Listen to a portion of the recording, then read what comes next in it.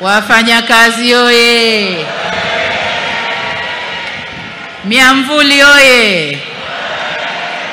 Naona miamvuli imepanda sasa. Wakati wote miamvuli ilikuwa chini.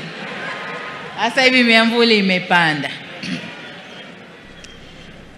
Sasa kwa kuwa mcheza kwao hutunzwa, mimi na wenzangu, na baada ya kuangalia uchumi ulivyopanda, na umepanda kwa sababu ya nguvu zenu wafanyakazi,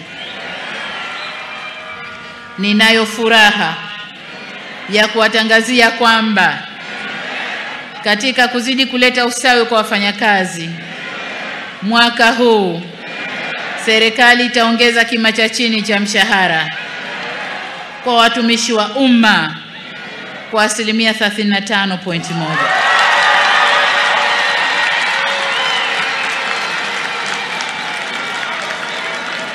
Wafanyakazi oye!